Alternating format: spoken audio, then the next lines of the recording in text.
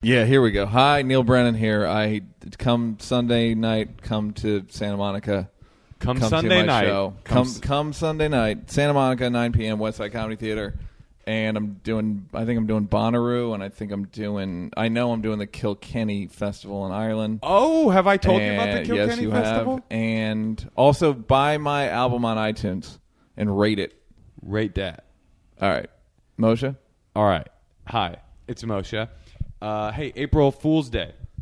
New Orleans, Louisiana, One-Eyed Jacks, Tom Lennon, Natasha Leggero, myself. Should be lots of fun. April 3rd through the 5th, Laugh Boston in Boston. And then I'll be at the University of Oregon at Eugene at the Wow Hall. And that's what you'll say if you come see me there. What? That's on April 17th. So come fuck with me. Go to moshekasher.com. We're in the middle of a major revamping of the website. Exciting things to come. Listen, it's going to be great. Also, I feel like your relationship with the audience, I feel like when you talk like very showman-y, where you're like, big things coming. Hey, the audience likes me. People out there, if you're listening, hey, this is your boy. This is the Grand Master, Moshe Kasher, coming at you live.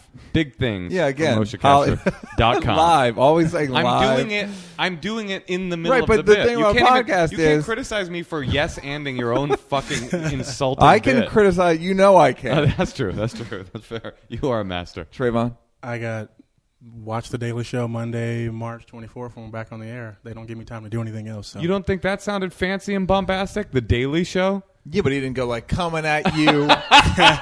It's big things coming on The Daily Show. A lot of fun things coming. We got Nancy Pelosi. It's wild. Oh, it's so wild right now. We revamping. We got a new desk. Got that Daily Show. New Neal Brennan. Okay. Is that better? Yeah, do we need to do a Hulu? Yeah, we got to do a Hulu ad. Hey, this week's episode is brought to you. Do you fucks with watching things? Neal, do you fucks with watching things? Let's say you wanted to watch The Daily Show. It's a great television program coming at you live. Yeah. It's actually not live. Let's say It's you missed it recorded live. It is. It is and then edited and then released. Nothing isn't recorded live. Go to huluplus.com/champs. You're going to get 2 free weeks of Hulu Plus. Basically, everything. You can watch Hulu, but half the stuff's not on there.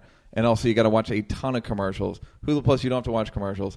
And all of your stuff is there. You don't have to just be Googling and then going on some weird torrent site and messing your computer up. What do I watch on Hulu Plus? I watch old Saturday Night Lives. I watch George Carlin doing he's on the premiere of Saturday Night Live, and he does the baseball has extra innings football sudden death bit. Hot bit, interesting to watch in context. Moshe, what do you like to watch? When I go to huluplus.com, what I like to watch is The Blacklist. That show is so intriguing. Which one is James that? Spader Is that like killing it so hard. I'm telling you, James Spader, he went from being a John Hughes 80s dude to a real nefarious motherfucker. So when I go to huluplus.com/the champs, I fucks with The Blacklist. And also Shark Tank. Shark Tank always. I feel like Shark Tank gives me real world advice that I will never use. Anytime I watch Shark Tank, they have it seems like goofballs. Speaking of Shark Tank, you go to huluplus.com, you get 2 free weeks. It's a great business plan. It's a great website. And for that reason, I'm in. Okay. I'm assuming that's an allusion to Shark Tank. I didn't get that far. You gotta watch. It was too goofy. Inside. So go to huluplus.com/champs, and you're going to get 2 free weeks. Check it out. It's not like an auto-renewal. It's not like your porn things where you're auto-renewed. Yeah, you go to bbwsuperstar.com. It'll ruin everything. Yeah, You'd be next charging. thing you know, it's charged. You got it. Your people are talking to you. So what do you watch on huluplus.com? I watch Agents of S.H.I.E.L.D. I'm a Marvel fan, so. Huh. All right, good. Yeah. All right, good. So that's huluplus.com. Go to huluplus.com/champs. Free everything. Don't mess your computer up. 2 weeks, no auto renewal. You can't lose, bro. Bruh, I'm trying to tell you. All right, bye.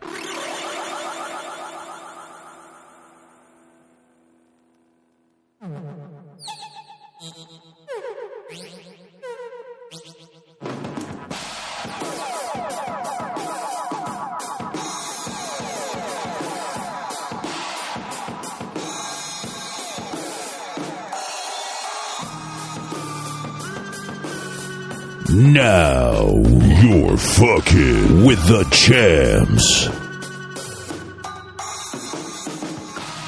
And yeah. Coming at you live, Hollywood, California. Sorry. Neal, what's up? Hi, buddy.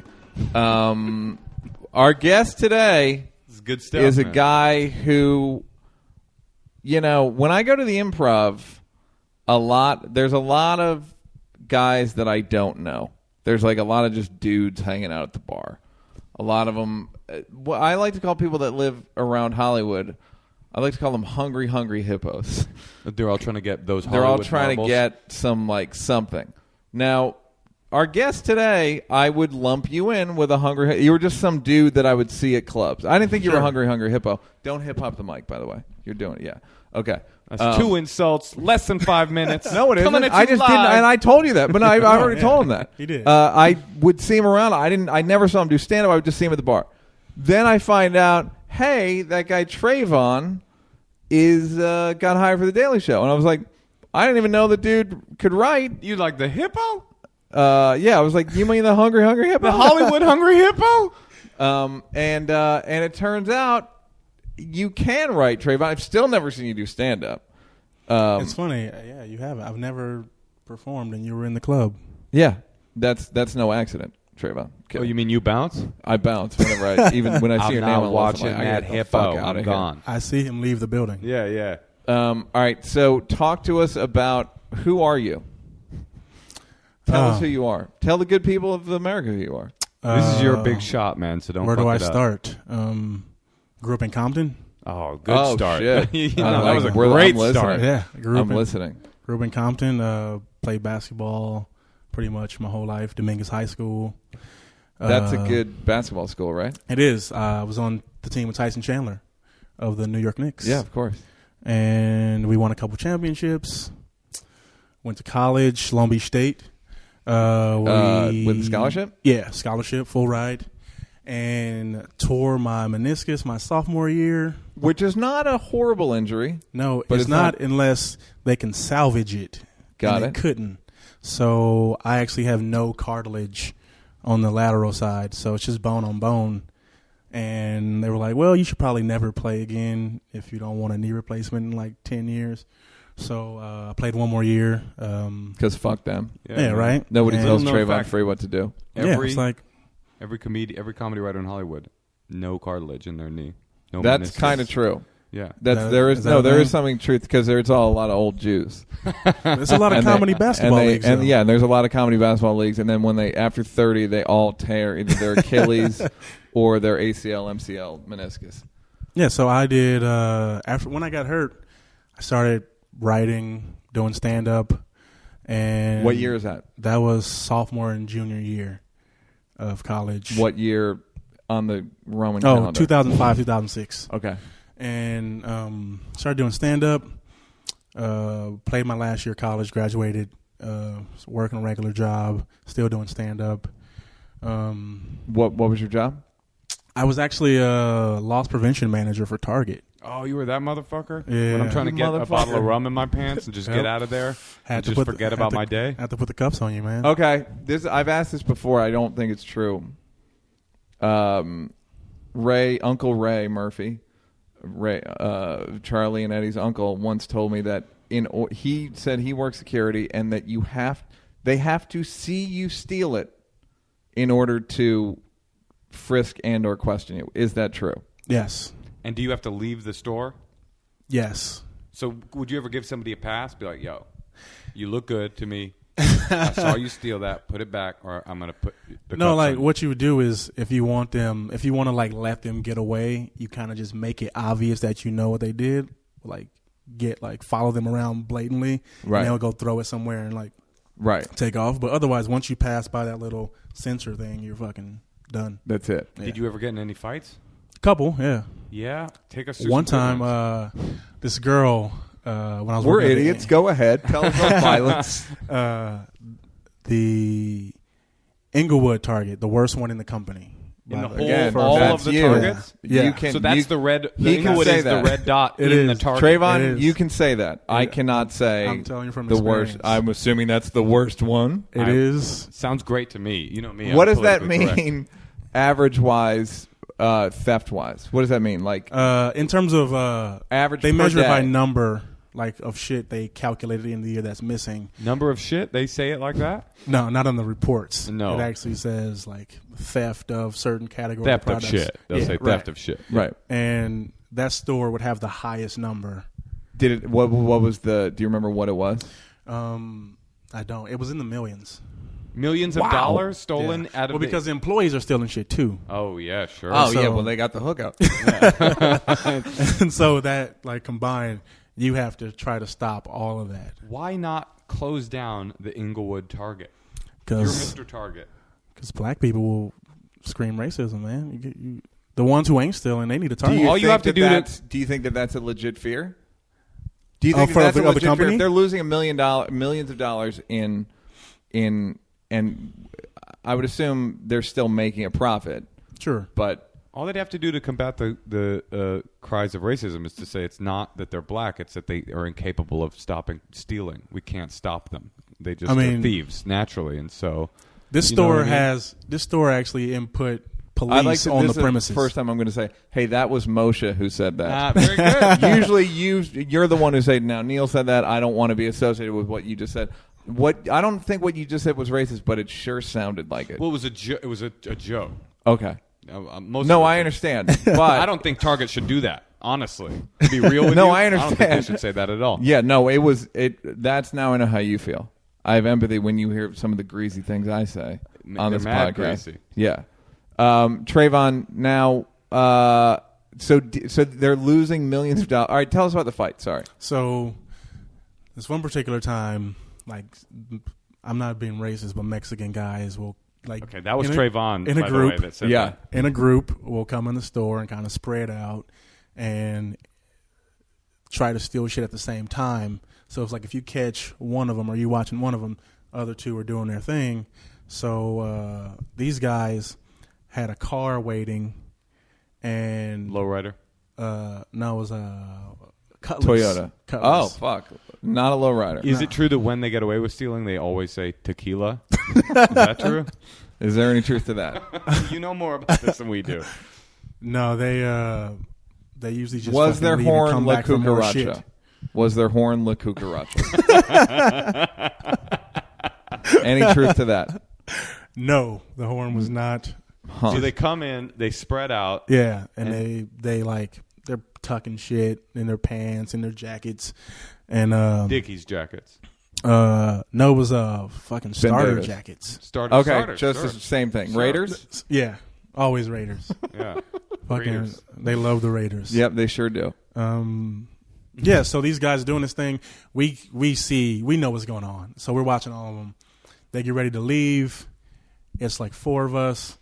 We go out like, hey, you have to say this like spiel of like target security, pull out your little badge.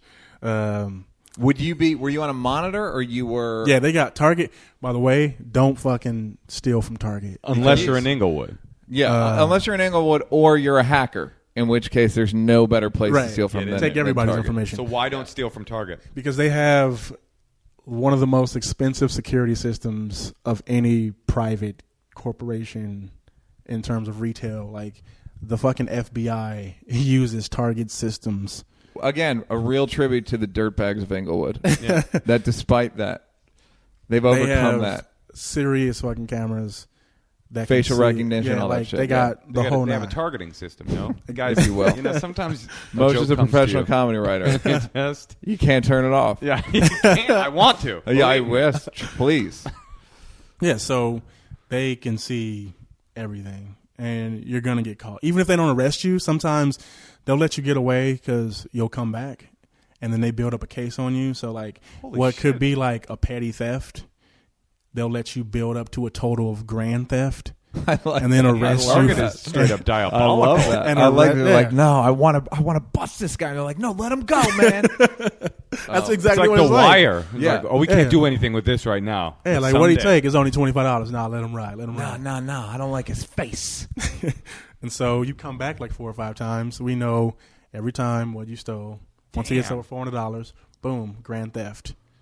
And so these dudes easily had over $400 worth of shit. And we go out, try to stop them. You can cuff them. You can cuff people. You can? Yeah. Target can cuff you? Yeah. we And can you cuff have real cups. Yeah, we have real handcuffs. And So you can physically roust them. yeah, you can like, hey, come with me. If they like kind of resist, I can grab. As long as you don't run a certain distance away from the store, I can't chase you. So just That's your interesting. advice is, if you don't steal from Target, but if you do, Run. Run. Yes. Run. If you run, you will. good. You're good. If Yeah. you get past the exit doors and that like sidewalk, like once you get into the actual parking lot, they can't chase you. The Got thing it. about Target, they have the most sophisticated anti-theft software program in the entire But yet- corporate. But they can't stop a man that runs away. They are incapable. They have do it. The It's a- one, probably the oldest theft maneuver in the game. Yeah, the old run away. The old take it and Yeah. run away. It's That's legal the one issues. advantage that the FBI has to Target is that they can run after you. Exactly. Here's a question: do you have the building the case up? Could you do it over a number of different targets? Sure. Okay, so it goes into a database. I'm assuming. Yeah. Exactly. This is great. And they have an intercompany scary. database, and With say- facial recognition. Yeah, they got Yeah. pictures, everything, and they go, say you go in the Moshe store, and Oh, you, I own a Target now? yeah, for I the love you the own a day. Target, Go ahead. Go on. and you steal a PSP or something. Right. Moshe calls me, or Moshe writes a report about your theft, and I see that in the database, and I go, hey, is this the guy who stole the PSP? And Moshe's like, that's the guy. Yep, that's Neal Now, Brennan. Yeah, he stole it. now Neal that Brennan. it goes into your total, not only are you got grand theft, you're doing it across multiple stores, which is just making the arrest, when you get arrested, the time worse in terms of how long you're going to go to jail. You have to go to every store and sit in their waiting room, right?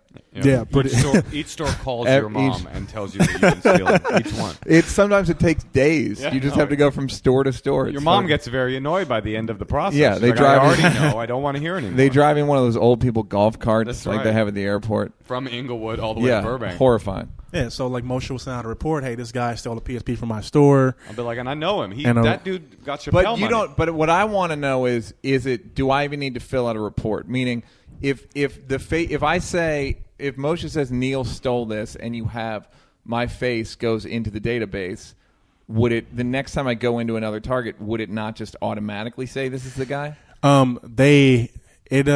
mean, I've been gone from there for a while. The capability of the software at the time could do that, but they weren't using it. It was more like, because they had so many plainclothes security guards, Right. that were just working cameras and could like instantly see your face and go, that's the guy that stole the PSP. Damn. Somebody watch him. Like, they're really good.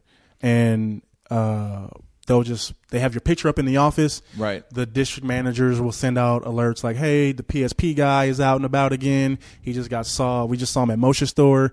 He might be headed to blah, blah, blah. This is his MO. He goes to these circle of stores. And he doesn't show up for a week, and he comes back and does the same thing. And then eventually, It is pretty crazy that the store with the most sophisticated anti-theft stuff is named Target. I mean, there is some delicious irony there. they got a lot of money, man. Yeah. Tell us about the fight. So go to grab the guys, put them in cuffs. Instantly, it's just brawling.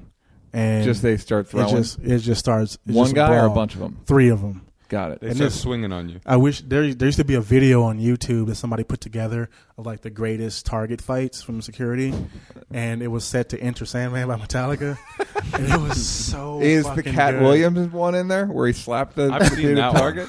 I don't know. No, this was like before that. Okay. But it was like Target finally got it taken down. Oh, 'cause I was because gonna say, fuck, you I wanna can't see take that. video from the store as Right. part of your like contract. They can fire you. Because I actually, I wonder which store leaked that footage. Huh. Oh, wait, I think I know.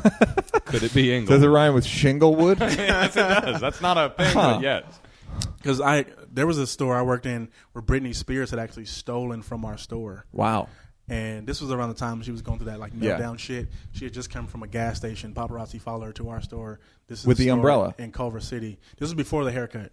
Okay. And She came in the store. This is so funny because TMZ the next day took a picture of her with the shit she stole. But she comes into the store, shitload of paparazzi. She says she wants to buy a phone charger. So we kick out all the paparazzi and we take her to the electronics. She picks up a DVD and a book copy of what's that Lion Witch in the Wardrobe? Chronicles of Narnia. And she says she has to use the bathroom. We take her to the private bathroom. She comes out. She was wearing a Raiders starter jacket as well. Which I find, there were 4 of her. There was 4 Britneys. Crazy. Yep. And she comes out of the bathroom. Now the stuff is in her purse, and it's one of those tiny girl purses, so it's sticking out. It's obviously it's like not one of those dude purses. No, Not one of those fat dude big purses. no, man it's purse, not. yeah. It's not a man. Not the big fucking man bag. Sure. The tiny woman purse. Shit's sticking out of the purse. Called a clutch. There you go, clutch. She's got Yeah, a I copy know. of The Lion, the Witch, and the Wardrobe sticking out of her clutch. And a DVD. I forget what movie it is, I'm but going to go with a Nicholas Sparks movie, like a Notebook, but not quite the Notebook. so A Walk to Remember. Go ahead. she leaves the store with the shit in her bag, and we're like, well, do we fucking arrest her or like do we ask for the shit back? And the supervisor's like, no, fucking let her go. Should put her in the database, fellas. This is just the beginning. Yeah, we can we're build a building bigger case. case. She's going to go to Moshe's store. She's going to get a PSP. Exactly. It's on. And her face will be on the wall. So she leaves. TMZ calls the store. Was Britney in the store? No comment, whatever. Was Britney in the store? What do you... Yes. Okay, thank you. There's been a call from TMZ. The next day on TMZ, there's a picture of her at like a coffee shop reading the stolen book with the sticker still on it. And she's so crazy that the book is actually upside down. She's just pretending to read it. But they can't do anything about this now, but I actually had the video. Like, you're not supposed to take the video. I took the video. Of her stealing the Lion, the Witch, and the Wardrobe? Yeah, of her stealing it. In the bathroom? No, she did it in the store. Like the video of her collecting the shit, come out with her in her purse. It's all on tape. And so I didn't know that they were going to come down to the store to check to erase the tape. So who was they? The Britney people? No, our bosses, like the higher ups. Wait, so they Funny were that just they're wanting to protect Britney Spears. Right. It's fucking odd. Well, they were worried that someone would take it, sell it, and get money for it or whatever. Oh, right. So they Someone come down. like a guy who writes for The Daily Show. Go ahead. So they come down to check. I didn't know there was a camera behind me in the office. Oh, so there's footage of you watching the footage of her stealing it. Ex- Dude, ex- this is very This serious. is some Inception shit right Absolutely. now. Target is Inception. Did you find your ex-wife who had mental problems? The camera, there was video of me getting the video onto a little. You Fucking can't hilarious. beat Target, baby. Yeah. You got to know that. And Lesson so- number And you know one. what's crazy? I'm videotaping this whole thing That's right right. now. So they didn't, when they came to check the tape to for her stealing or whatever, there was like, okay, it's still there. We got to erase it. And then he was like, oh, also we have to watch the video footage from this camera You're like, to make sure no one copied the video. And I was like, oh, fuck. You're like, I'll take care of that one. Let me go ahead and look at that footage. That's exactly what I did. I actually went to the thing. I was like, okay, cool. Yeah, I'll run it for you. And I'm like running the tape, and he's like halfway paying attention and talking to like the other people, going over the Target policy about video and shit. And I'm like waiting for the part for me to come up, like doing the fucking thing. And the fucking thing goes out, fucking breaks. the Wow. machine breaks. Yeah, it goes out. So he never saw the footage Oh, of that's me great. copying He screamed like Woody Harrelson when he watched that video of the child being killed. in True Detective. No, Yeah. really, question. What do you think? What do you think in the video? What on the True? They killed the girl. But it must have been some More fucking gruesome. killed her. Yeah, they fucking Yeah, they killed her. probably raped her. Yeah. Okay. I had an erection while he was watching it, so that made me think, yes, there's sex. I think they chopped her head off. Chopped her head off. This is, okay, Yeah. What do you With think? I think they raped. I have a rape kill. But it happened so quickly. I mean, he would have What had are you to have guys a sword saying? dick. Rape kill like it's a known. It's thing. a thing. Yeah. Rape kill. Yeah, That's a you thing, rape right? kill once in a while. That you Like rape that's kill. a known rape kill. I feel like that's a thing, If right? you have to have a sword dick. Have you never seen a sword Well, dick? I've never heard of that either. Well, that's a thing as well, Neil. Yeah, you have a sword dick. You Sword pull it dick out, and you rape kill. you rape kill. In on one a move. bed mattress. On a bed. I'm learning a lot today. Yeah. So In a house not room. really high sophisticated security. You can rape, kill with a sword dick.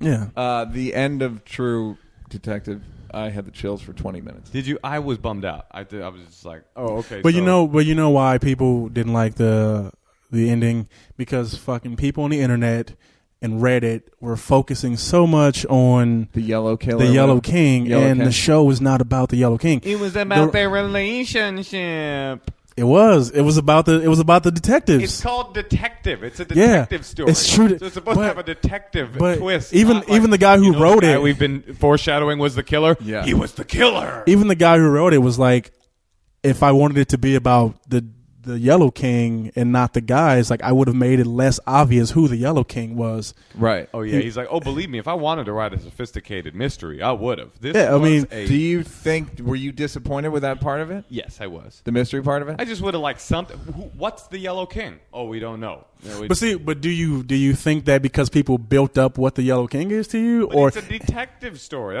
My brother said this, and I just agree with him. So, it's a classic trope. It's a classic type of story. It's a detective story where the killer, there's a mystery.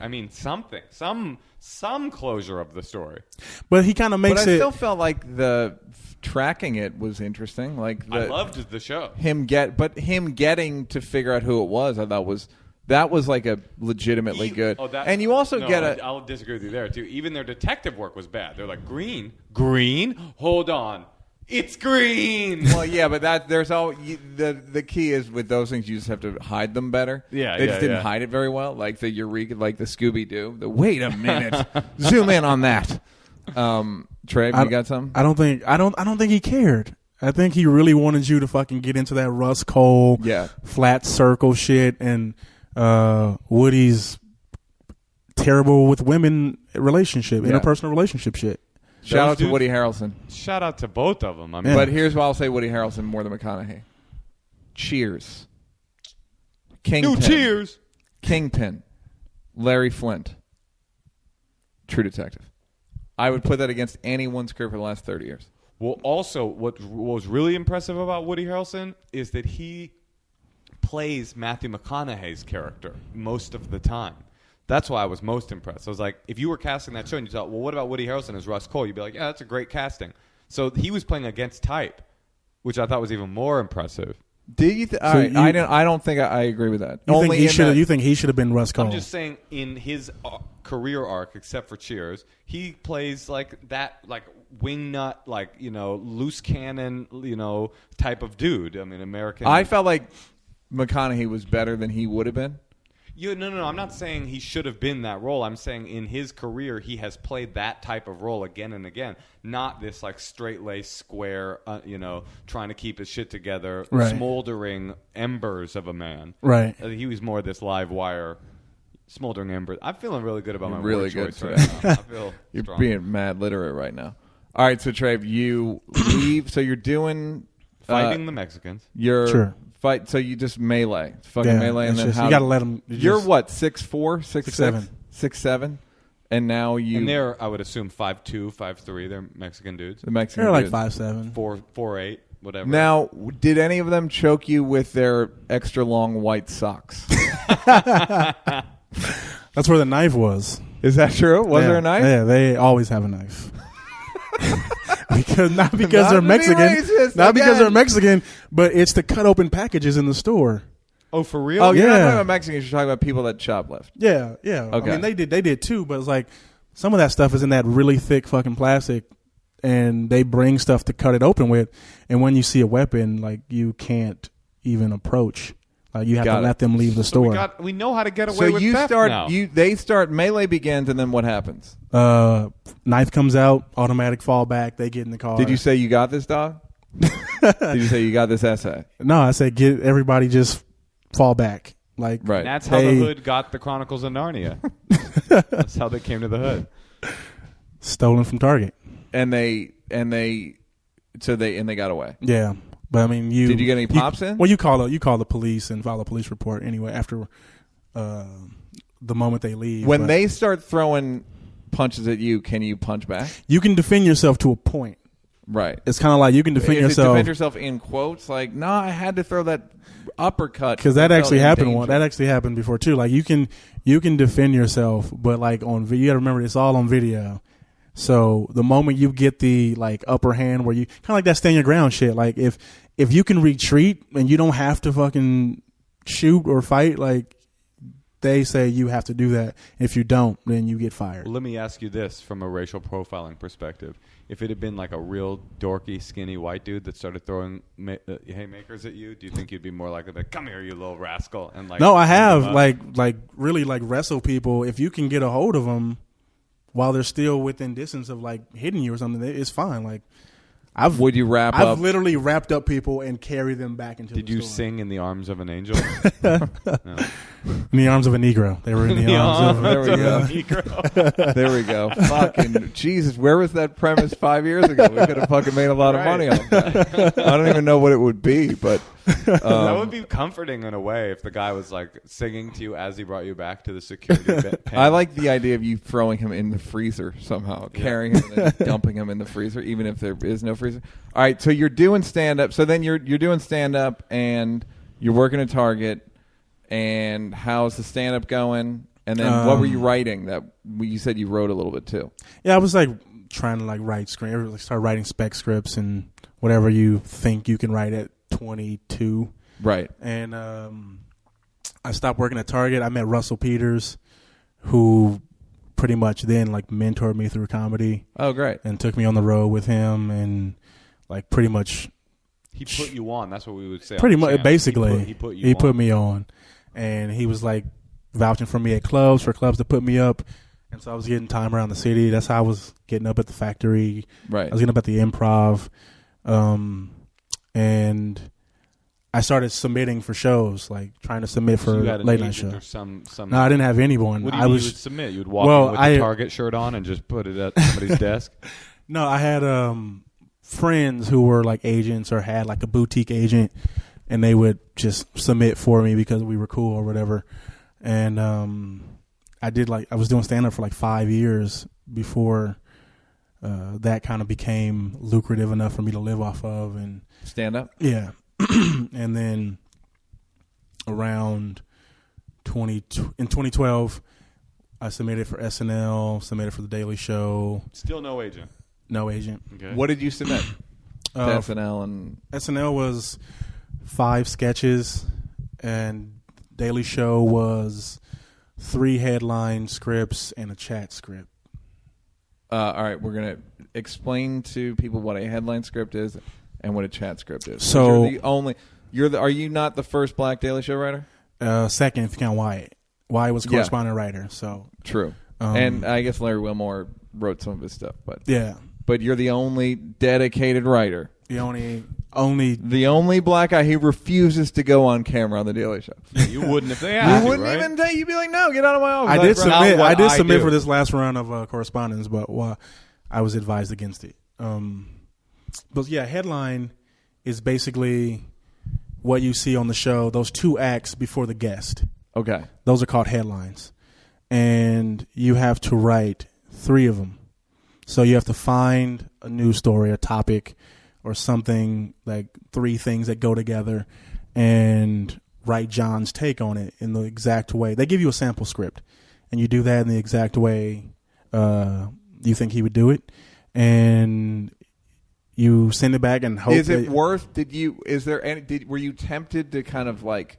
I would assume you and John's. I would assume you're like a liberal, what I call John is like a principled liberal.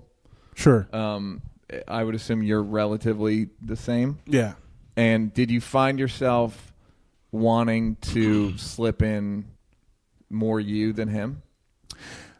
I was worried about that at first, and I went back and like went over some stuff to make sure it was like more in his voice, because I mean, you obviously, especially being black, you have your idea about things that aren't necessarily his. Oh, you were putting in like Illuminati conspiracy and stuff. Who killed Biggie? Shit about how it wasn't Suge, man. I'm telling how you, it was great a retired police officer. Air Force Ones are. Yeah. I actually had an Air Force One joke in my script. Did you really? That's I did. It was because one of them was about Romney talking at the NAACP, and one of the jokes was like he thinks black people wear Air Force Ones. They don't belong on Air Force One. Great. And that's one of the ones I remember. But yeah, you basically write 3 of those. I gotta say, I feel like that's more your voice than John's. It is. It definitely is. Because he has no fucking idea what Air Force Ones are. I mean, because you had to have a little bit of that in there because they were like, we want to see how you're different. Flavor spelled with an A. Exactly. Yeah. And so, you do 2 of those in a chat, and then you do, and if you make it to the second round. What's the chat?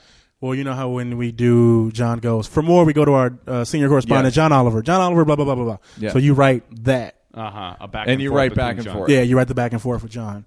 And you submit that, and a week later, they'll tell you whether they're actually one of the few shows who tell you if you didn't get it. So you don't have to sit up, like, are they going to email me? Are they going to call me? Right. They'll send you an email. If you're getting this email, sorry, we didn't decide to go with you, but try again next time, blah, blah, blah. And so I got the email saying I made it to the second round. This time you had 2 weeks the first time to write 3 scripts. This time of your own choosing, you find the material yourself. And this time you have 1 day to write a script with material they give you. And what did they give you? Romney's VP pick. Who was he going to pick? It was at the time. It's funny. The day I got it, that night he chose Paul Ryan. Got it. So I was already like pretty much done with my script, and then he actually chose Paul Ryan. So I was like, do I fucking change this or like what? So I just left it as if it hadn't happened. What was since your that's best what they wanted. joke pick? Who In was that, it? And that's I picked the Chick-fil-A cow. Okay. Because at the time that Chick-fil-A shit was going on, and I like wrote it where he went through the list of people and why they were the wrong person, and then landed on the Chick-fil-A cow because he was supposed to be like conservative and principled. And you should write for the Daily Show.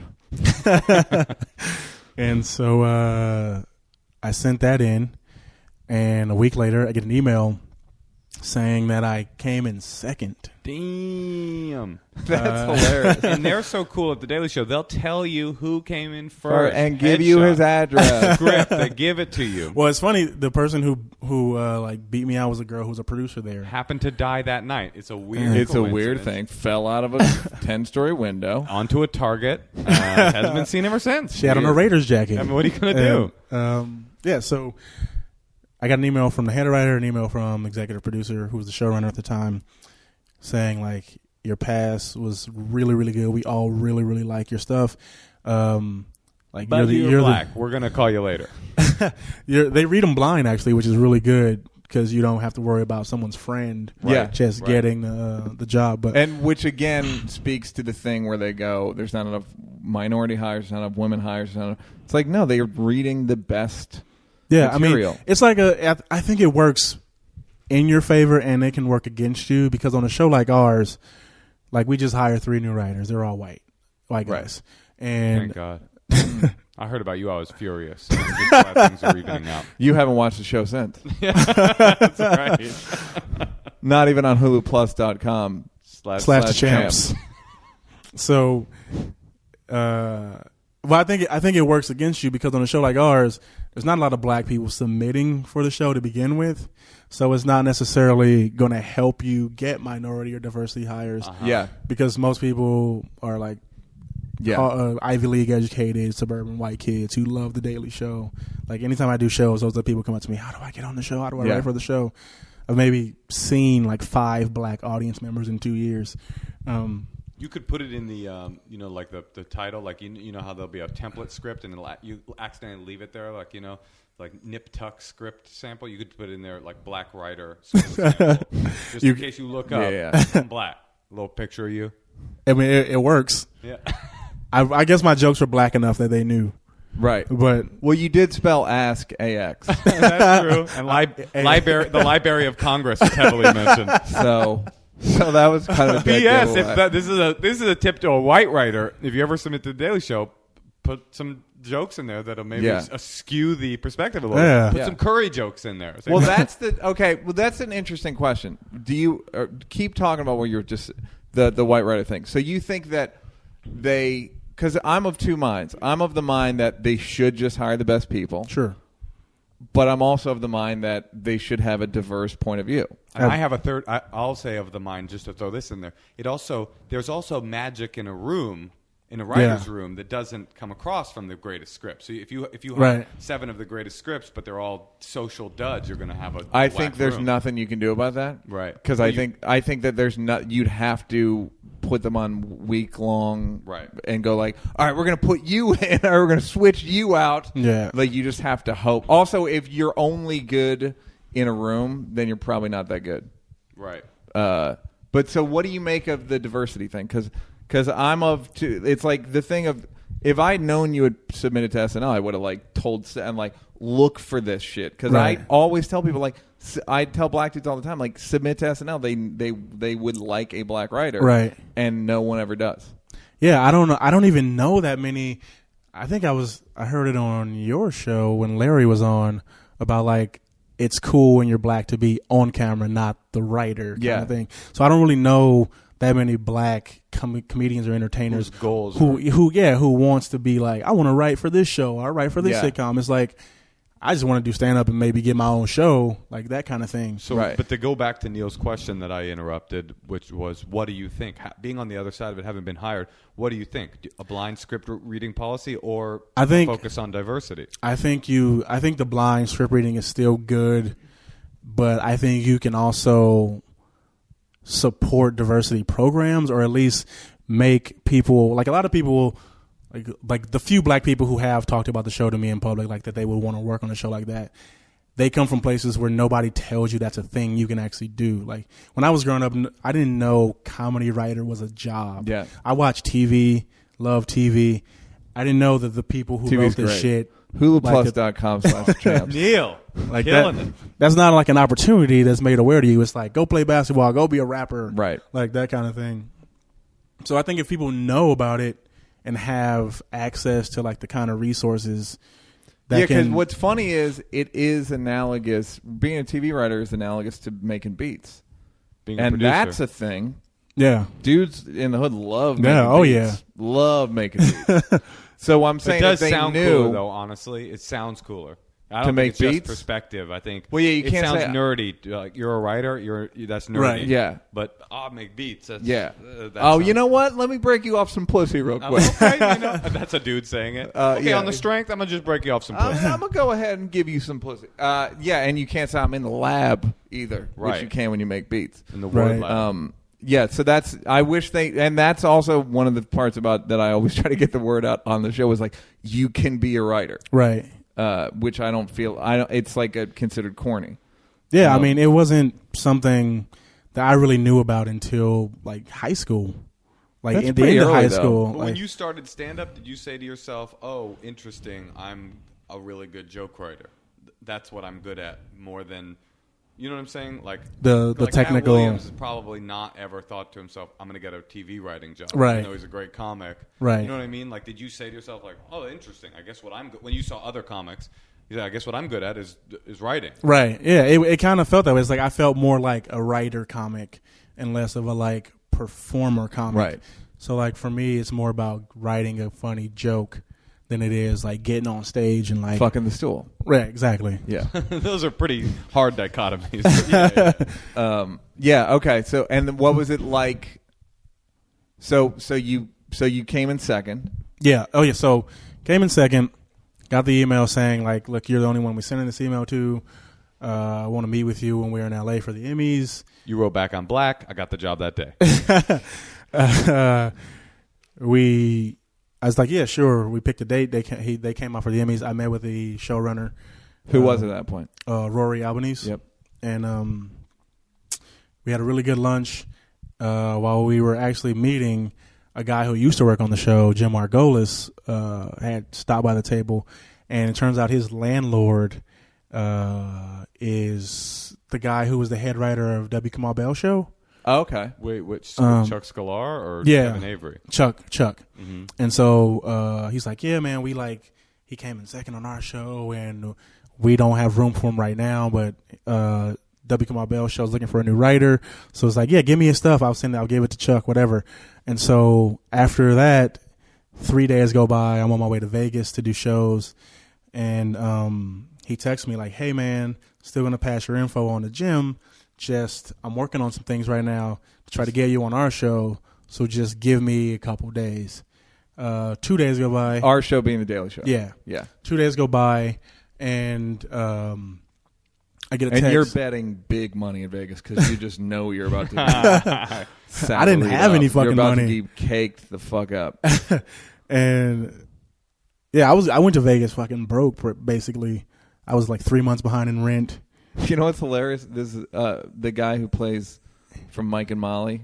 Billy Gardell was on Maron's show. When he booked Mike and Molly, he had $7 in the bank, which is fucking hilarious. And he's like married.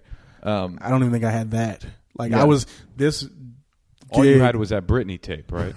And I couldn't even sell it. You were trying to put it on the roulette table, just the DVD. Nothing. So Friday, I get a text. Hey, we want you to come out next week and meet with John. So I'm like, all right. Like I don't know what John who, which is that was when you lost it. Go ahead.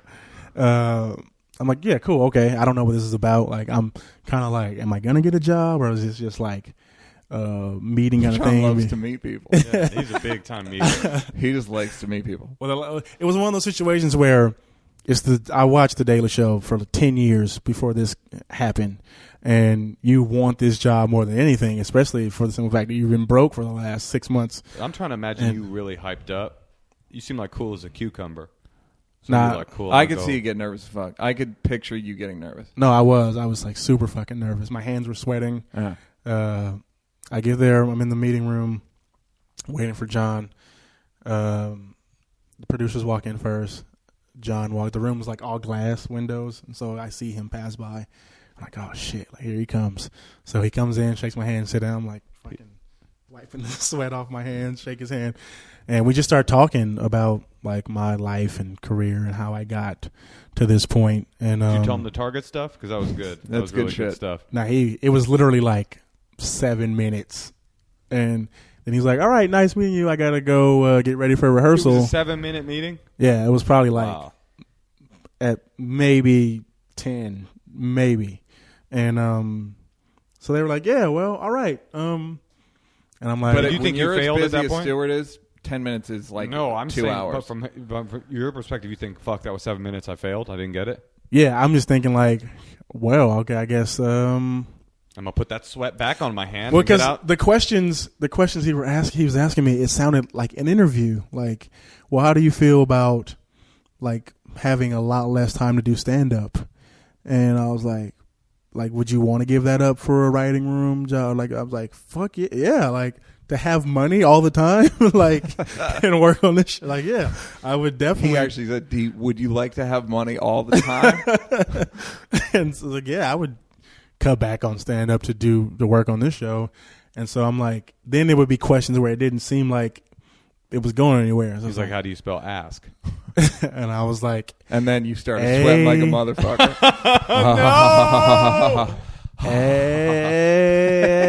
X K? AXK? AXK X. I'm going to split the difference and say AXK. Does that work for you?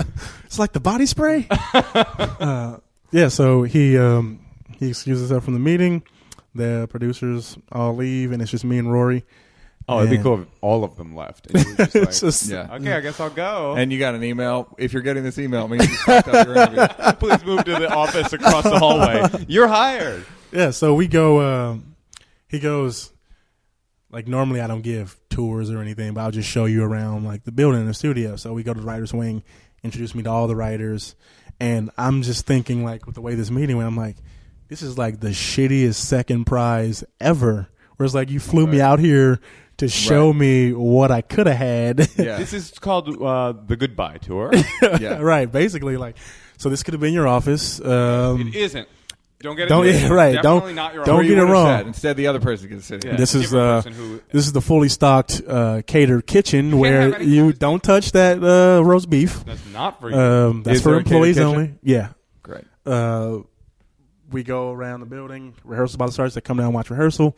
And I go, hey, before I go, can I get a picture with John before I leave?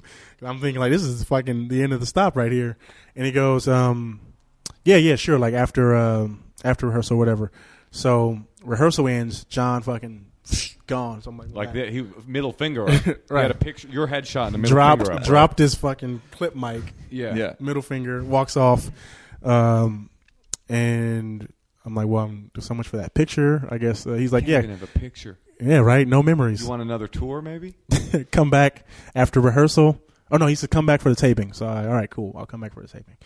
Come back. This is so funny, though, because it's such a human moment where you're like, your ambition is turning you into a straight-up bitch. Like, you're like, yeah, I'll come back for the I would love taping. to. I'd That's love fine. to, but you think you're a dead man walking. Yeah, pretty much. That's what it felt like. Come back for the taping. That sounds really great.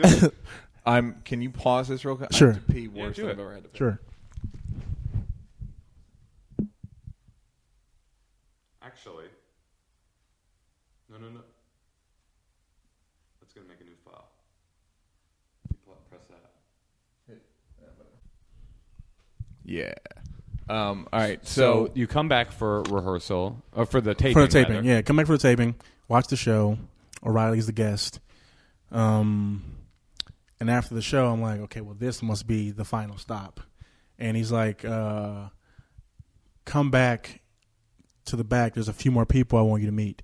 So he introduced me to another producer. And at no point did you think like, well, they must be hiring. Like, this well, see, that's weird. the thing. It was so weird because it's like this feels like a hiring, but like the way this day went, it feels like maybe not. Had you ever been hired before? No, this is my first. Non-target. Oh, like no, Your first time. This is the only time I've ever gone through this process. And so we go in the back, we go into a room. Jon is sitting in the corner, like flipping through the script. There's like the producers are in there, and I sit on the couch and I go, "Hey, Jon, really good show tonight." And he's like flipping through the script. He goes, "Yeah, thanks, man. Never like looking." And he goes, "I was actually wondering, still flipping, if maybe you might want to still flipping come here and write for me." Drawn out just like that. Crazy. So he loves this. Yeah, he's like cool. milking it. And fucking I couldn't feel anything. I was like, hell yeah, I would love to. And he's like, psych. You know what? the door's right Stewart, there. I just remember this. When I was 19, I knew Jon when I worked the club in New York, the door, and I was a fucking ragamuffin, scrubby motherfucker, and he was always nice to me. When he got his show on MTV, the Jon Stewart show, he called me. I lived out here, and I was like 19, 20, and was like, he asked me to submit because he knew I wanted to be a writer. And it was so above and beyond like what he needed to, you know what I mean? And I think I didn't get it, but just the fact that he knew, like, yeah, I'll look at that guy. I'll look at like he's Jeff Ross like, has a good Jon story too. He told me he came to our Christmas party last year, and he was saying, did he roast you guys? Go ahead. He was saying when he was working the clubs and Jon was like pretty like famous or popular, he got a flat tire, and Jon like called him. He's like, he was broke, and Jon like called him at like AAA and got him home and shit. Like was like really hell. He's like, he didn't have to fight. Like he hardly knew me. That's what all the writers I've known on your show have said. It's like the best part of working here. It is the cachet of the show is working with Jon. He's great. Yeah, he's always involved, and he's funny as shit, and he like jokes around with you. He'll talk to you for like 10 minutes about nothing, and he's just a really you think like you're gonna get here and he's gonna be like meetings, and then you go do your thing, and then you see him at like no. All Personally, day long. I miss Claiborne.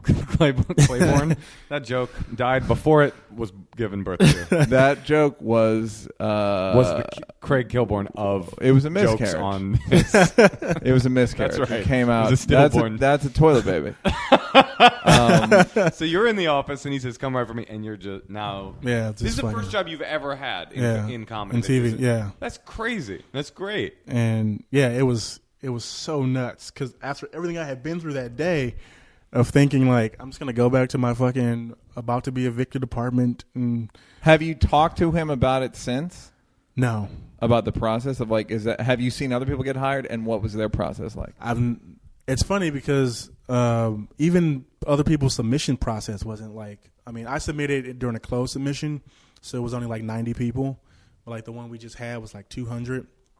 But the last couple of people, one of them just got asked to submit and just did one script and got hired. Yeah, and bitch ass motherfucker. Yeah, man. He was white, so Yeah, Well, man. that They don't makes want to put him sense. through Yeah. the ringer. yeah, right. You know what they say about white people? You got to work half as hard to get twice as far. Motherfucker. Yeah, so I never talked to him about it. He doesn't. It was just it was what it was, and then he's really good about letting you know when you do good work, and that's cool because you feel like terrified when you first get there. Yeah. Everybody's smart as shit. Everybody's super funny, and you're the new person in the room. What was the thing Chris Rock would do? The opposite of that. What It you was got? on this that podcast. shit? It was on this podcast. Like Rock has got a he'd lot of have like, you walk in your first day and be like, All right, okay, what well, how you many got? jokes do you have? Or something really yeah. terrifying and awful. Yeah. And he knew you were going to fail. Yeah, like what you got? That's terrifying. Yeah. It wasn't to see what you had. It was literally just to fuck you up, make you feel like, oh no. Did I tell you what Rock said when I was? It's like what a dickhead he is. Mm-hmm. When I was working on his movie this summer, he at one point, I'm literally in a scene. I'm wearing a fucking baseball uniform at his behest, and he walks us and he goes, Neal Brennan, how's that on camera thing going? Oh. Oh shit. He's like a classic asshole. He's and he's like, Dennis Miller used to do that to me all the time. He'd be so like, funny. hey, Rock, how's that new Eddie thing going? But he's just a fucking mean older brother. Yeah. Okay, and then what is the day? What's the show like? What's your job like? What is it? It's 9 to 6, a very fast-paced 9 to 6. You come in, have a meeting, watch some clips. We all in the meeting dick around, like joke around. What's funny about this? Come up with a take. John decides which ones he likes while we're like all talking it out, and you go off and write it. And when you're talking it out, is there a sense of we're competing and one of us is going to be the winner, or is it just like it a pretty when natural? people are throwing out jokes? Yeah. Oh yeah, everybody's trying to like one up, like get the best joke, because a lot of times some of the jokes come out of the meeting end up in the script, Right. and so you want to. Sometimes your joke can sell John on A whole Your premise. take. doing the take, and so everybody's just throwing out jokes, land on the take. 2 writers go off and write their own version of it. What do the rest of the people do? Some people might be on an assignment from yesterday Mm-hmm. that's for today or for later. And how do they assign who the 2 writers are? They just ask who wants to do this. Oh, right. Is it generally 10 people raise their hand, or is it like No, it's like sometimes the person who pitched it wants it. right? Sometimes nobody fucking wants it if it's like Syria or some shit. Right. But most times people volunteer. Like it's rarely the case where it does happen, but it's rarely like everyone's just like trying to disappear into the couch. Do you find that your personality helps or hurts? Meaning, I always find that guys that are better performers get more shit on just because you can convince the guy to do it. You can be charming, you can be persuasive, forceful, or Sure, is I it mean, even? It's because the show is such a written thing. Like a good joke, John just knows a good joke when he hears a good joke. I mean, no matter how hard you sell it, and sometimes you're trying to sell something and he's just not buying it. Like Right. you try to. I remember there was a joke I wrote during the Trayvon when we covered the Trayvon Martin trial. When They rejected your Travon joke? No. Yeah, They had to. One of they them. had to accept all of them. I That's think. yeah. One of them. Dude, I'm the black guy and I'm Trayvon. exactly. And all the white writers would go, stand your ground, John. So this was when Oliver was hosting, and it was a joke. Well, stand your ground, John, still works. Yeah, it's no worry. Even Yeah. if it's Oliver. It's John Just- Oliver. Yeah, Whatever. John. Go on. Go on. Where no we H. got you in a John with You an technicality. H. needed to clarify that. We but- got John you in with a an H. technicality. If you remember the defense opened with a knock joke. You remember that? Yeah. Yeah. And so A worse miscarriage than the Kilborn thing from earlier. I would don't say. think so. Go ahead. so we were talking about that thing, and the joke was that's the worst. It's like that's the worst something by a person with the last name West since the time Adam West told a crowd at Comic-Con to suck his bat dick. Right. Or something like, it was something like that. Something about that was Adam your West. submission? Yeah. That was your pitch? Like, it was a mix of Kanye West and Adam West, and ending with Adam West telling people to suck his bat dick. And he loved the joke, but he just did not want to do it. So it got cut from the first script, and we went and rewrote it. And when you rewrite, did you explain to people how you pitched that joke? Meaning, like, it's in the room, you guys are all batting shit around, or no, that was a joke I wrote into my draft. Okay. So after you turn in your draft, you all go in the room, the two writers, the producers, and John, and you read it, you go over together, and he decides which jokes he likes, which jokes, like, what if they don't like it, they don't even bring it up. You just talk about what jokes you like, go back, put this script together this way. So the bad dick joke got a huge laugh in the room, and he's like, not doing it. So we go write the second draft. Bad dick joke's not in there. Every time after you write the second draft, it goes to a producer or head writer who does another rewrite of it before rehearsal. I print the rehearsal script, bad dick jokes in the script, and I'm thinking I fucked up. I'm like, oh shit, I didn't take bad dick out of the script. Now it's in the prompter. And so it comes up, and John sees it, and he laughs, and he does the joke. And he's like, still not doing that. He's like, Travon, it's a funny joke. I'm still not doing that joke. And I'm like, that wasn't. You're yelling this across. Yeah, like that wasn't. And Rory's like, I put it back in the script. So I was like, he's like, I like the joke. I put it back. I was like, thanks. Like, so, and it ended up getting on the show. Oh, like, it did? Yeah, it got on the show. Did it? It did. It got a huge laugh, but it died and had to be resurrected. It's like sometimes you can fight for it. Sometimes a producer or a head writer will be like, I kind of like that joke from the first draft. Right. And sometimes John a lot of times he remembers old jokes from drafts that got cut, and he'll just ad-lib that shit during the taping. Yeah, I went to a taping once. It's pretty interesting. Have you ever been? Yeah. It's pretty interesting to watch because you can see the prompter and then you can see what he's doing. And yeah. It's like, this dude is not on the prompter. He's just doing what he just fucking. Have you had the experience of writing a draft, going into the room, and eating shit? Oh yeah. And is he mad, or is he just like, fuck, I have work to do? No. He doesn't get mad. Like, he doesn't call you out on if he just didn't like what you wrote. It's just there was no jokes in here I cared for, and he won't put you on the spot or anything. He'll just go. You know it when he goes to the other person's script and goes, this joke, this joke, this joke, this joke. Now go back and write the thing. And you're like, nothing from my past. Obviously, he didn't fucking like it. Right. So. Right. The comics listening, because there's a lot of comics, I think, that listen to this. It's like there's a special kind of bombing in a writer's room. Because like the moment you walk out of the room. I feel like it's worse. It is because like the whole room knows nothing from your script is going into the next draft. But you get the chance to, in the second draft, write new jokes, so you might get a joke on the second time. Right. The only time I've been in a room like that was, although I guess on Nickelodeon I was, but like, did people bomb on? Did you have a writing staff on Chappelle? No, it was just you and Dave. Yeah. Yeah.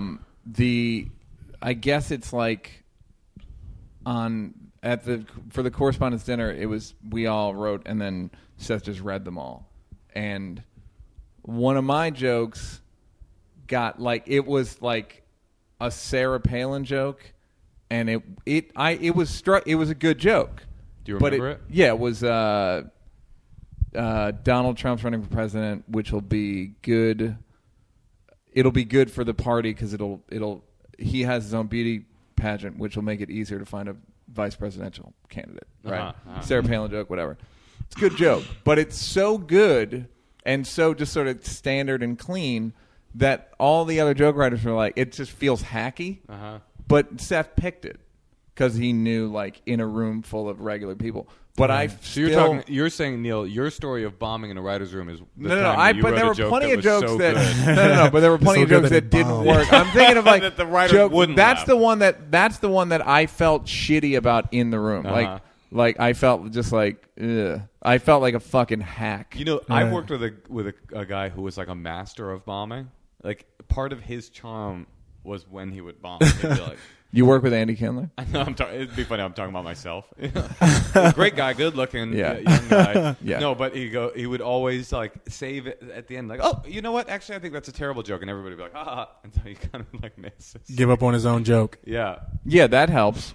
I mean, that's like a fine. But like I You would exit with a laugh. And Yeah. people remember that. I had the disadvantage of when I first got there, I kept getting paired up with John Oliver.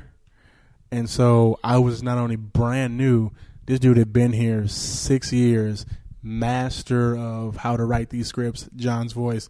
And so every time we would go in, it would basically be all from his script. And I was like, I'm so going to fucking get fired in like another week because I keep ending up with John Oliver as a writing partner. And but technically, no one knows who wrote what, right? oh no, they know because those scripts have your name on them. Okay, so it's you write a draft and John Oliver writes a draft. Right. Oh, fuck, that's rough. And they would compare the two And then drafts. they read 2 drafts and they pick the jokes from those drafts. And so I kept getting paired up with him. Getting And nothing. and just fucking I would read through his script before the meeting and I would just be like, fuck. Yeah. Like this So is you so knew fucking yours was not as good. I was like, this is so fucking good. Like, and I gotta go in this room. This guy's good. I gotta recommend him. I gotta go in this room and watch them pick all of his jokes, and then go back with him and rewrite another script. And it was just fucking. Yeah, that's and you've. How much better do you think you've gotten at the job since you've been there? How long you been there? Almost a year and a half, about a year and a half. And how much better do you think you've gotten? Oh, like so much better. Like even we have like quarterly meetings with the head writer, and before our head writer left to go work on John Oliver's show, he was saying like, you've gotten so much better. Like they think you're good when you get there. Like they don't think you're shit or they wouldn't hire you. But they are patient.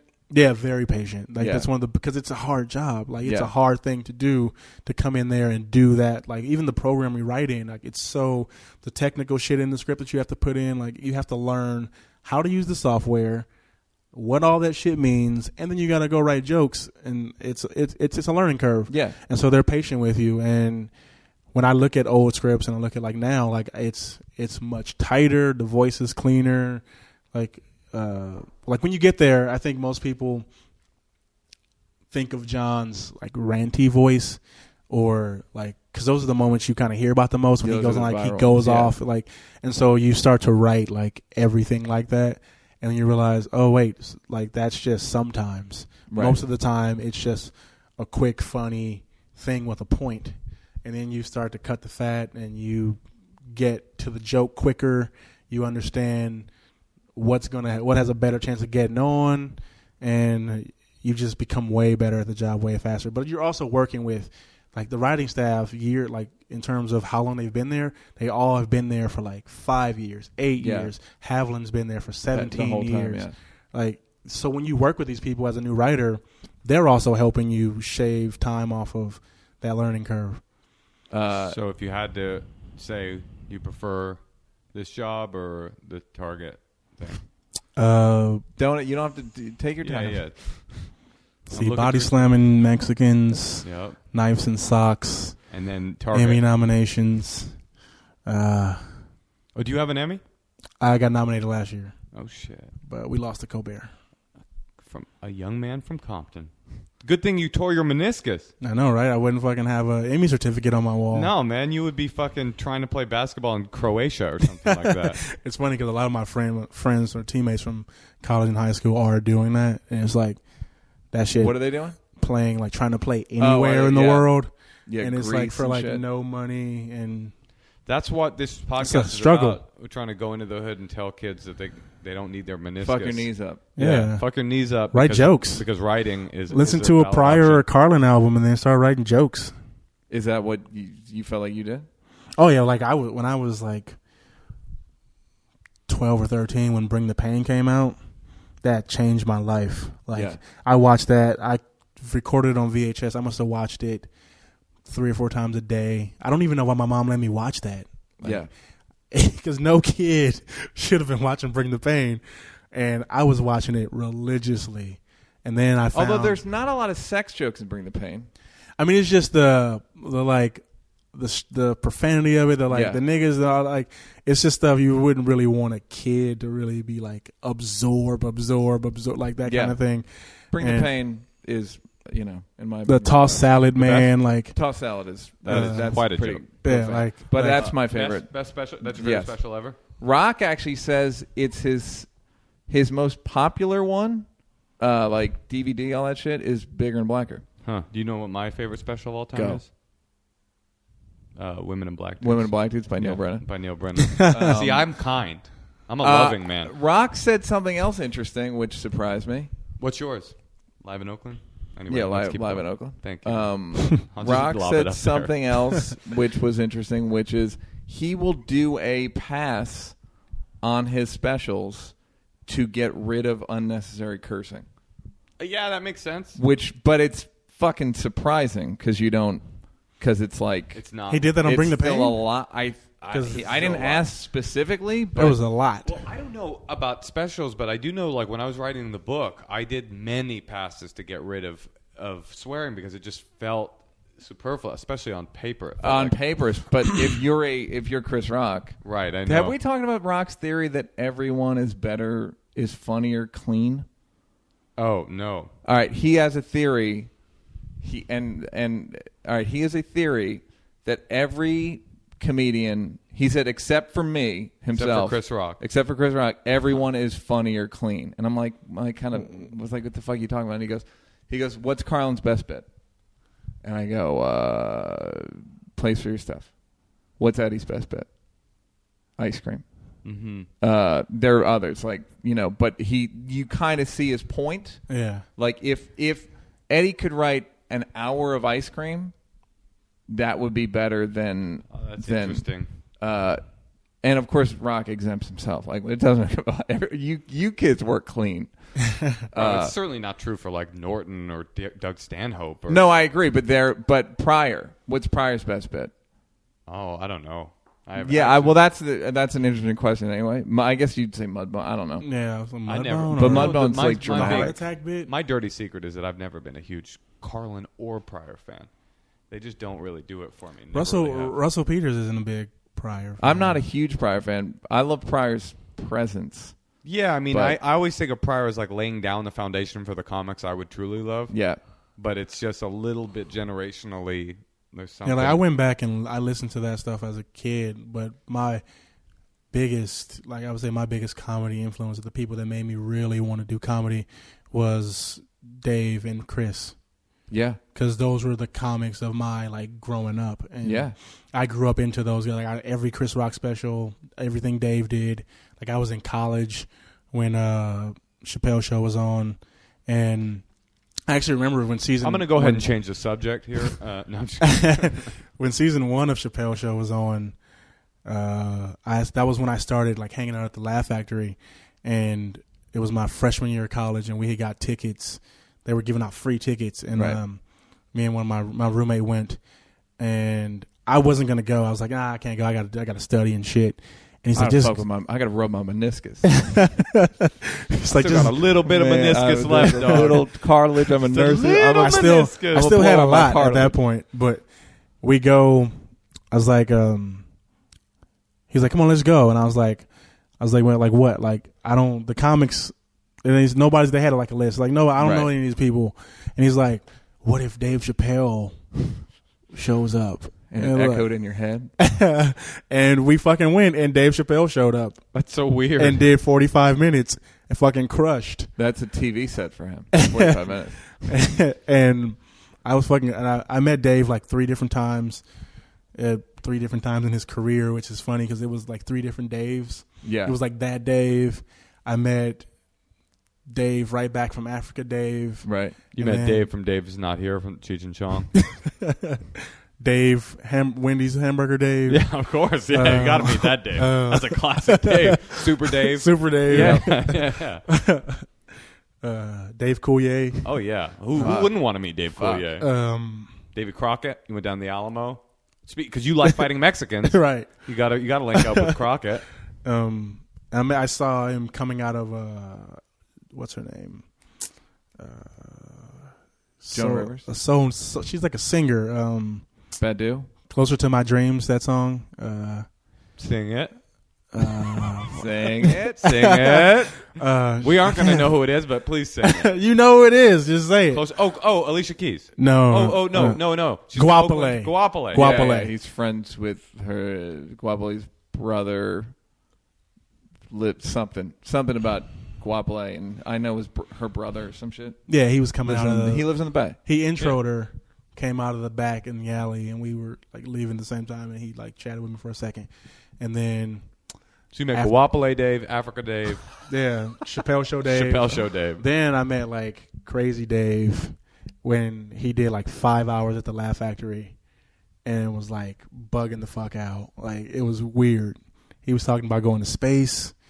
And like, cats stay going to space. He smoked like 7 packs of cigarettes, no lie, like fucking chain smoked them, and he was sweating, and he seemed like a little like paranoid. I don't know what he was going Neal through. is uncharacteristically quiet in this section of the podcast. Go on, this is interesting.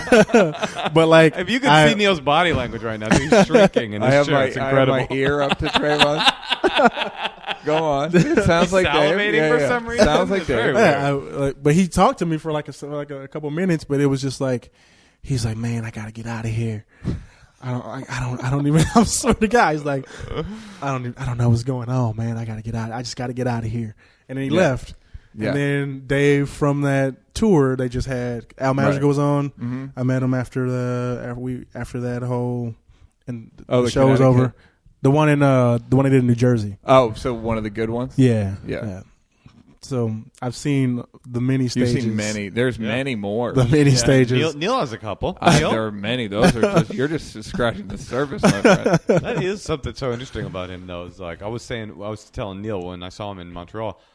Apparently the night before he had done a show and it was like kind of a hot mess. And I went and saw him and I was just like, when this dude is on, he is the best of us. Oh yeah, like he's so far beyond everyone. Louis, Bill, everybody that's like currently people are talking about. When he's got focus, there isn't anybody. David, his Chris. new shit is. It was just like holy shit. Like you don't even how did you? They're all magic tricks. It's all just like his act now is like they're not even shaped like jokes. It's like what are you even doing? And then where you're like, oh fuck, this is a joke. Yeah, right, and he does slowly. This thing forms. You're like, oh fuck, this is a joke, and then it's like a big punchline. Or does like this weird thing too, where he creates an emotional landscape where you're about to have an emotional reaction, and right before you have the emotional reaction you're preparing for, it becomes a joke. And you're like, wait, no, now that's laughing. And he makes it look so fucking easy. Yeah, so fucking easy. I think it is. It is fair. It is extremely easy. It seems like it is. He actually has said that. He's like people talking about showbiz being hard. He's like, fucking not hard. Then again, that's the dude. That's the took your fortune and went to Africa. but that shit was hard. Right. But like just the art. Like just going on stage and being funny literally means nothing to him. Like at Montreal, I would tell you we were talking on the side of the stage, and he's smoking. We're talking about fucking whatever the weather, and he's like, all right, he's like, yeah, no, it was crazy. It was like warm, then it was cold, and then he's like, I should probably go on. And drops a cigarette and just walks on stage. Not breaking, not fucking like, let me focus, I need to go on. I should go on, and 8 seconds, the crowd is cheering. But do you think that's because he's Dave Chappelle, though? Like, the lure of, like, how crowds are hanging on his every word. Like, even when he did that. No, he's always been a fucking weirdly great, he's just a great, he's just a... Did I ever tell you the story somebody told me about somebody said that Dave was on stage in high school and they were on the side of the stage with Martin, and Martin didn't have a sitcom, anything, and Chappelle's on stage and Martin looks at the guy and goes, I don't even know if I like this motherfucker, but I can't stop looking at him. We're just like, fucking, that's it. Right. That's it. That's but like, you know, those old clips, not to dwell on Dave, but those old clips, you still go on the old Def Jam stuff. You go, yeah. It's just a comedian. I mean, he's good. He's very good, but he's just and then all of a sudden, somewhere, killing him softly. Somewhere before that, you went. It's like what happened actually with Andre 3000. The first few albums, you're going, this guy's a skilled MC. That's fine, Atlians. And then all of a sudden on Aquemini, you go, oh, some transformational shift has happened. This dude just went into genius. Did I tell you the thing I heard about Andre? Huh. Right. Yeah, you did. I don't know if I said it on here. We got to wrap up. But somebody told me that the reason he quit rapping is because he wanted everyone around Outkast to stop relying on Outkast for money. Wow. Which is like, if it's true, is the greatest reason for quitting I've ever heard in my life. And the fact that they're going on tour now, like the last guy finally got a job, like their last T-shirt guy was like, I got a job. And they're like, all right, we can go on tour. Let's get the band back together. Why couldn't he just say no? Because I think what he meant, again, I don't know if it's true or not, but I think it's like you just have these people around. Because if you say no, you're a motherfucking disloyal bitch, right? Motherfucker, I've been here for you, Dre, and all that shit. And it's like, no, you didn't. I was doing this shit on my own, and then all you motherfuckers just collected around us. I was the one telling people, throw your hands in the air. Yeah, no, exactly. But it's all these, all these dudes like, yo, man, and you don't want, it's not fun if you got all these people relying on you. So, in conclusion, are you happy? Happier than I've ever been in my life, man. It's still, I can't believe some days when I leave my apartment on the Upper West Side of New York, walk past Jamaican women pushing white babies in strollers. You could have been that Jamaican woman. Yeah. I could have. I get to walk into a fucking studio and write jokes for Jon Stewart. And the money's great. It's fantastic. Yeah. Get the fuck out of here. There was real. That was too much. You got to work on that. You're a great, charming man. You brought us all the way back to a hungry hippo. My God, you got to see this money. And you're the Writers Guild. You get insurance. You get dental. You go to therapy. Insurance. Yeah, that was it. That was our dismount, Neal. Yeah, no, I know. I should have got off on that. It got too good to me. Yeah. Thanks, man. That was awesome. Thanks, guys. Now you're fucking with the champs.